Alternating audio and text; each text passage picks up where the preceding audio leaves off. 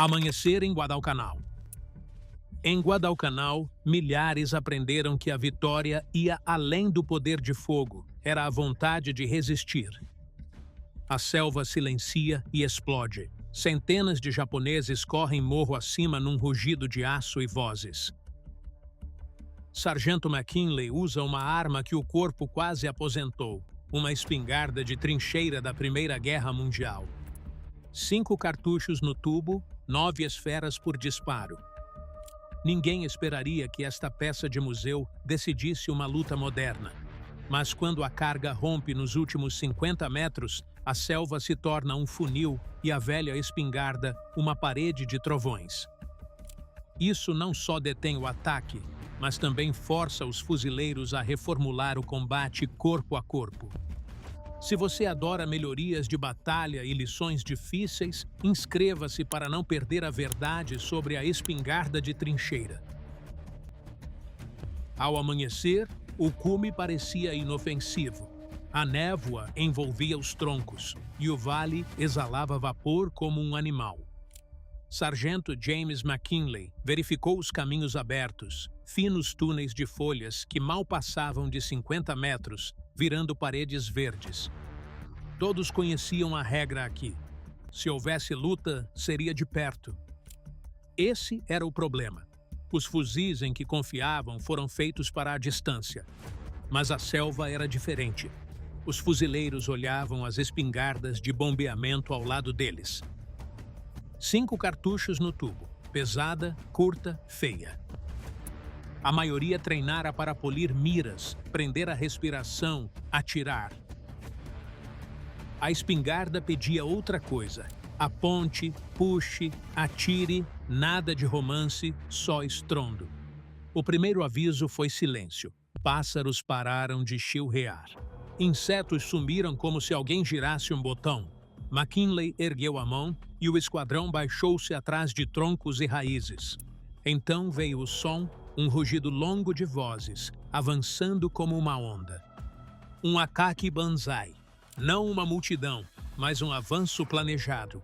Espaçamento aberto, baionetas apontadas, carregadores de sacola atrás da primeira leva. Eles cruzariam 200 metros em apenas um pouco mais de 1 minuto. Se chegassem à linha, a sorte decidiria quem viveria.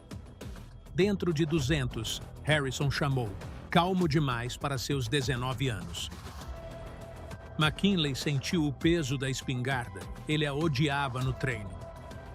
Agora, ele a temia, mas a selva não se importava. Não dava espaço para uma mira cuidadosa. A 100 metros, o verde engolia a maior parte do ataque. O terreno forçava o inimigo em 3 corredores naturais, só com espaço para alguns homens.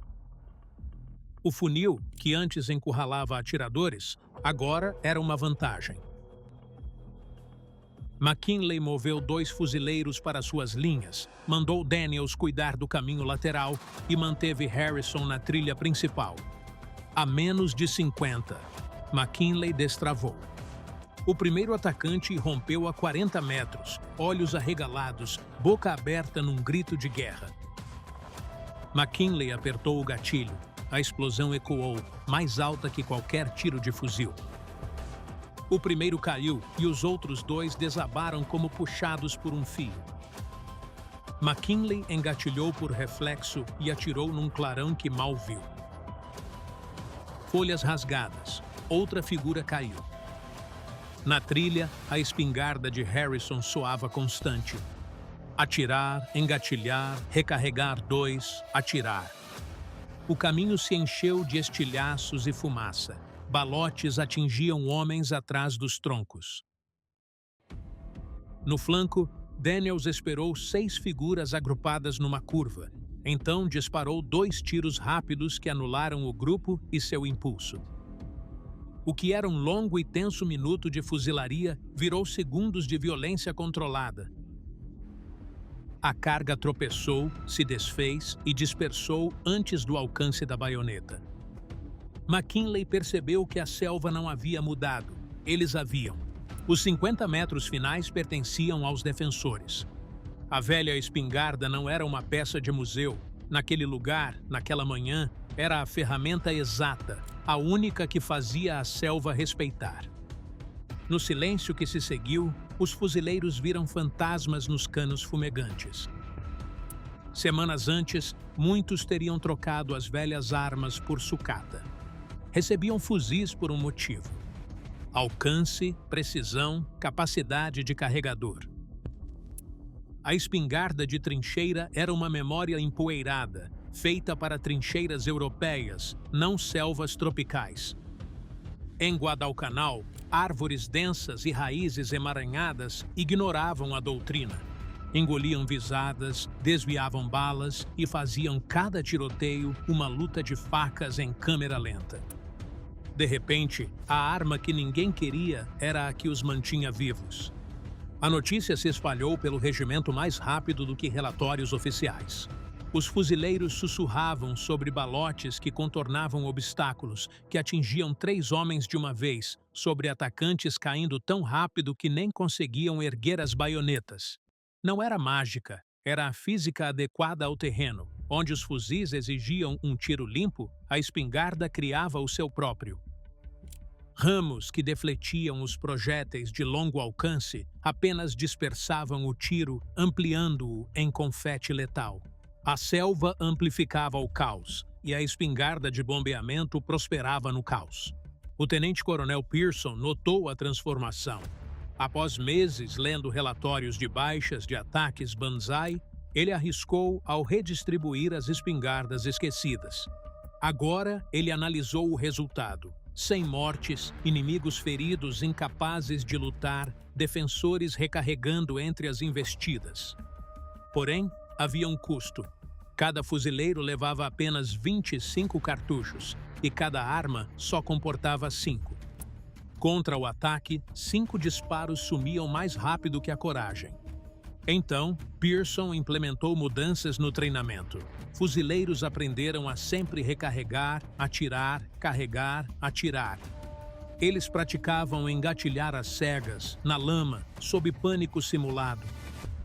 Daniels treinou seus homens a se moverem entre troncos enquanto bombeavam, usando a arma curta para atirar e reposicionar, algo difícil para um fuzil. Harrison descobriu que seu ritmo de tiro ficou natural, por memória muscular. O ressentimento persistia. Fuzileiros zombavam da curta distância. Queixavam-se dos cartuchos e das coronhas inchadas. Mas, quando a selva apertava ou o inimigo surgia a cúspide de distância, a espingarda mostrava seu valor. Os fuzileiros não lutavam batalhas de manual. Debatiam-se na escuridão verde, onde segundos decidiam tudo e o barulho podia paralisar o atacante. A espingarda de trincheira não era mais obsoleta, ela evoluiu com o campo de batalha. Oficiais japoneses notaram a mudança de imediato. Patrulhas relatavam americanos disparando como trovões a queima-roupa. Soldados confiantes na folhagem agora hesitavam, incertos da proteção da cobertura. A dispersão da espingarda fazia da selva uma armadilha. Enquanto fuzis exigiam visão clara, estas armas curtas perfuravam folhas, cascas e galhos, aniquilando o que estava atrás. Para os fuzileiros, era quase espiritual. Antes das espingardas, a vigília noturna era tensão pura. Ataques Banzai eram como tempestades. Inimigos feridos chegavam com baionetas. Com a espingarda por perto, os defensores sentiam-se seguros. A menos de 50 jardas, mira importava menos que instinto. A arma de trincheira achou um novo propósito onde a visibilidade e os ângulos sumiram. Notas de Pearson revelaram uma tendência. A precisão dos tiros disparou. Um único cartucho espalhava 9 projéteis, atingindo vários atacantes ou quem se escondia atrás de uma árvore. A vegetação que desviava balas agora espalhava os tiros. Ricochetes tornavam trilhos em funis da morte. Fuzileiros juravam que os projéteis curvavam para onde não miravam. Mas o importante era o resultado. Os avanços inimigos cessavam. mas o ruído da espingarda delatava as posições. Fuzis sussurravam, espingardas estrondeavam e cartuchos eram pesados. Um fuzileiro podia levar mais balas de fuzil que cartuchos 12. Patrulhas extensas exigiam força ou resistência. O poder de parada era inegável. Tiros de fuzil feriam, mas os de espingarda os paravam instantaneamente. Harrison viu um soldado levar um tiro e continuar. Outro levou um tiro de balote e dobrou-se como marioneta com as cordas cortadas. A selva pareceu diferente. Menos labirinto de predador, mais terreno que os fuzileiros podiam moldar. Em vez de se prepararem, eles buscavam corredores e ângulos, aprendendo a atirar em movimento, não em alvos estáticos. O choque, a velocidade e o terror da baioneta do inimigo perdiam a vantagem. Pela primeira vez, defensores americanos não só sobreviveram a ataques, como os esmagaram mental e fisicamente. E no labirinto verde de Guadalcanal, uma arma antiga tornou-se a resposta inesperada para a guerra moderna. A notícia da dominância súbita da espingarda difundiu-se na divisão e cada pelotão a desejava. Mas o campo de batalha encontra sempre uma fraqueza. Com a chegada da chuva, a umidade a tudo se agarrava. A umidade nos mecanismos inchava a madeira e fazia o metal suar. As espingardas perfeitas no seco começaram a falhar. Cartuchos presos, extratores falhavam, bombas encravavam e, na selva, um engate podia significar uma baioneta nas costelas. Harrison foi o primeiro a notar o padrão. Não era negligência, era o ambiente. A lubrificação que mantinha os fuzis suaves virava um ímã de lama dentro das espingardas. Muito óleo e detritos formavam uma pasta. Pouco óleo e a bomba arrastava-se como lixa. Os fuzileiros desmontavam armas após patrulhas, improvisando estendais e esfregando componentes com cera, óleo de motor ou graxa roubada das equipas dos veículos. O cabo Daniels tornou-se o armeiro não oficial. Ele estudou que peças enferrujavam primeiro, que molas perdiam tensão e como limpar tudo com o mínimo de água. Suas soluções violavam manuais, mas salvavam vidas. Em breve, esquadrões ao longo da crista pediam sua ajuda. A espingarda provou seu valor, mas a manutenção rivalizava com a de motores de avião. A munição também sofria. Os cartuchos absorviam a umidade e perdiam pressão. Os projéteis saíam fracos e curtos. Alguns cartuchos estalavam como petardos, não como trovões, obrigando os fuzileiros a disparar 2 vezes, sem arriscar.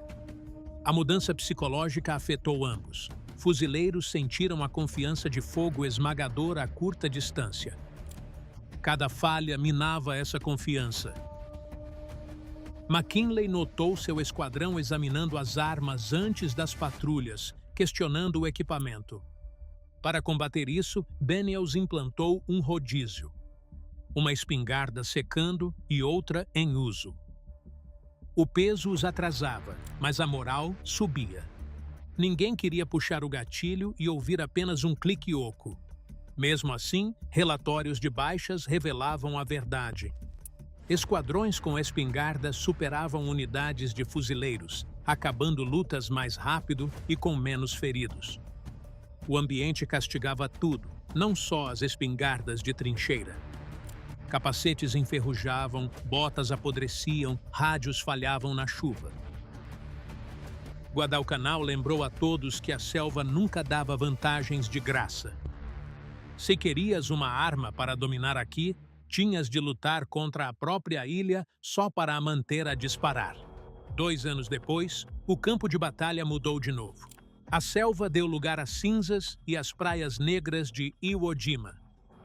Os funis largos que canalizavam atacantes desapareceram. Em vez disso, os fuzileiros enfrentaram um labirinto de bunkers reforçados e túneis escavados na rocha. O inimigo não corria mais em ondas, mas esperava no subsolo, paciente e em silêncio.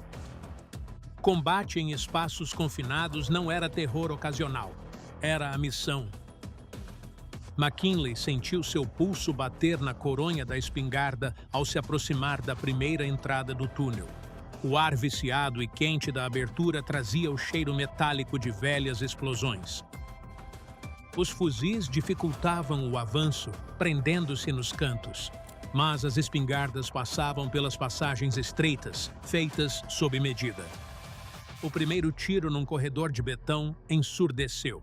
O som atingiu em cheio os fuzileiros, chacoalhando os dentes e embaçando a visão. Mas foi pior para os defensores. As ondas de choque no túnel atordoaram soldados inimigos, mesmo antes de os balotes atingi-los. Após o recuo, McKinley viu 2 japoneses caídos na parede, atordoados, com as armas na cintura. Nem todo encontro era fácil. A cinza externa formava lama abrasiva nos trilhos da bomba. O enxofre no ar corroía o aço mais rápido que a umidade da selva. Após um tiroteio, Harrison engatilhou a arma e estremeceu com o rangido. Se a umidade a prejudicou, a areia vulcânica tentou matá-la. Para romper as iras de aço reforçado, fuzileiros pediram balote e munição de arrombamento. Menos balotes, mais impacto. A 3 metros perfuravam barreiras que projéteis comuns só amassam. E nos túneis mais profundos, ricochetes imprevisíveis pulavam pelas paredes e para câmaras laterais que os fuzileiros não viam. Mas o peso psicológico da arma tornou-se maior. Defensores presos em pontos de concreto não tinham fuga. Um disparo podia decidir uma sala. A velha espingarda de trincheira da França lamacenta renasceu no subsolo do Japão. Os relatórios de baixas de equipes de espingarda eram baixos. Limparam posições mais rápido, erravam menos ameaças e forçavam inimigos a se render ou fugir, onde a visibilidade favorecia a velocidade americana. Iwo Jima não foi uma luta na selva. Foi a espingarda de trincheira fechando um ciclo, provando que ferramentas antigas ainda têm o melhor corte. O sucesso gera demanda e logo faltaram espingardas de trincheira. Unidades sem combate em espaços confinados pediam por algumas. Mas a escassez não era o único problema. Quanto mais dependiam da espingarda, mais falhas ocultas surgiam. A areia vulcânica roía os trilhos, o mofo tropical inchava a madeira e a manutenção constante comia as horas de sono. Arma que salvava vidas, mas exigia energia que os fuzileiros mal possuíam. Pearson exigiu dados. Compararam relatórios de baixas de esquadrões de fuzileiros e espingardas em combates na selva e túneis. Os números eram claros. Equipes de espingarda perdiam menos homens e finalizavam as lutas mais rápido. O quartel-general aprovou mais alocações, mas a entrega era mais lenta. Oficiais de logística corriam por cartuchos, enquanto navios de munição priorizavam projéteis de fuzil. A escassez de cartuchos obrigou os fuzileiros a racionar o fogo, usando fuzis de longe e a espingarda só quando as paredes se fechavam. A seguir, os inimigos se adaptaram. Os japoneses fizeram túneis mais longos, curvas para defletir chumbos e emboscadas fora do alcance da espingarda. Porém, os fuzileiros aprendiam rápido. Daniels experimentava ângulos de tiro, ricocheteando projéteis nos bunkers como em bilhar. Harrison optava por rajadas curtas, recarregando sempre em vez de atirar até secar. McKinley treinou seu esquadrão para avançar, usando a explosão chocante para ganhar terreno centímetro por centímetro.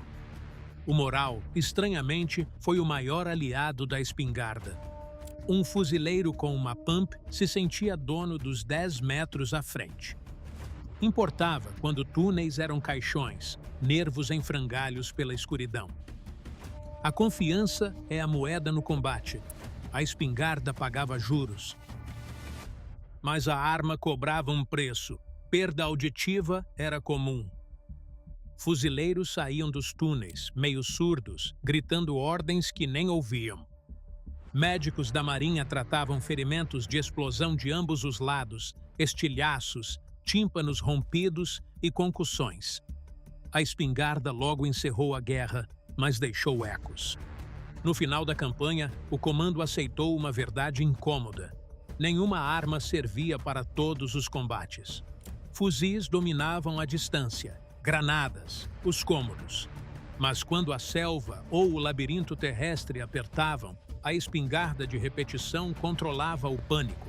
Os fuzileiros se adaptaram porque não tinham escolha. O poder de fogo não era apenas sobre velocidade, era sobre terreno, psicologia e tempo. A espingarda de trincheira resistiu, não por perfeição, mas por ser brutalmente honesta. Ela funcionava onde nada mais podia, e no Pacífico, isso bastava para reescrever a doutrina. Nos meses finais da campanha do Pacífico, algo sutil, mas profundo, mudara a conduta dos fuzileiros sob pressão. A espingarda já não era um recurso de emergência. Virou âncora estratégica, e os esquadrões baseavam nela suas batalhas. McKinley notou isso em como chefes de patrulha escolhiam o terreno. Em vez de evitar os funis da selva por medo, eles os procuravam. Curvas fechadas reduziam ângulos de aproximação. Um tronco caído obrigava atacantes a uma fila única. Rifles precisavam de espaço, a espingarda dominava a compressão. Nos relatórios, fuzileiros descreviam os movimentos diferentes. Em vez de se entrincheirar esperando o ataque, avançavam nas brechas inimigas. Espingardas transformavam defesa em ataque. Seu rápido ciclo punia a hesitação. Fuzileiros aprenderam a atirar, avançar, recarregar e atirar de novo, como uma maré. Cada explosão fazia os atacantes recuarem, ganhando terreno. Fuzis atingiam espingardas eliminavam grupos. O inimigo notou mudanças. Documentos alertavam as tropas japonesas para não enfrentar americanos em terreno apertado. Ordem impossível nos labirintos da ilha. Os defensores dos túneis relatavam que o som, a explosão e o bombeamento metálico desencadeavam pânico. Algumas unidades ouviam o ritmo em pesadelos. Eles abandonavam posições vantajosas quando a espingarda latiu no bunker, sabendo que o próximo tiro poderia contornar a esquina. As análises táticas de Pearson refletiram a mudança. Esquadrões de espingardas terminavam combates 40% mais rápido, com menos baixas. Sua agressão forçou os japoneses para túneis mais profundos, onde granadas e chamas os esperavam. A espingarda de trincheira não só terminava combates, mas moldava onde ocorriam. O moral subiu. Fuzileiros com espingardas avançavam mais dispostos. Tropas mais jovens viam a arma como superstição, crendo que ela controlava os últimos 50 metros, o trecho letal do combate no Pacífico. E mais, algo discreto, confiança contra o medo. Onde ataques de baioneta eram inevitáveis, os fuzileiros agora os paravam. A confiança não só mantinha os homens vivos, ela firmava mãos trêmulas, acalmava a respiração e silenciava o pânico antes de crescer. Atrás da linha de frente, a improvisação explodiu. Sargentos trocavam dicas de ângulos, cabos debatiam padrões de dispersão como professores. Alguns fuzileiros chanfravam as alças para ciclagem rápida em ângulos de pulso ruins. Outros faziam entalhes nas coronhas para mirar no escuro. Não eram truques, eram refinamentos árduos, nascidos em lugares onde a escuridão era vívida. A espingarda, primitiva no papel, virou ferramenta precisa em mãos hábeis. Em 1945, a doutrina de combate da divisão não era como na sua chegada. A arma não só mudou as táticas, transformou a cultura do combate corpo a corpo. Os fuzileiros agora dominavam os metros finais do campo de batalha, antes puro terror, com sua perícia, ritmo e eficácia brutal. E numa guerra de ilhas e túneis, essa mudança significou a sobrevivência. Ao fim da guerra, a espingarda de trincheira não ganhou medalhas nem lugar nos briefings de estratégia. Ela simplesmente voltou para arsenais e caixotes, ofuscada por aeronaves, tanques e manobras de grande escala. Mas os fuzileiros que a usaram se lembravam de como convertia o caos em controle, dava segundos cruciais entre vida e morte e alterava a psicologia do combate em espaços confinados. Instrutores modernos integraram as lições à doutrina. Domine os últimos 50 metros, mantenha a munição sempre carregada e nunca trate terreno confinado como campo aberto. McKinley voltou para casa sem alarde, arrumou um emprego tranquilo e nunca falou muito sobre túneis, funis da selva ou o trovão do balote ecoando na pedra. Todo fuzileiro que treina limpeza de salas ou combate em terreno estreito herda a sabedoria dos que lutaram com aço de ação de bombeamento. Seu legado sobreviveu não através de museus, mas através de hábitos, milhares de vidas salvas por uma arma que muitos historiadores esquecem.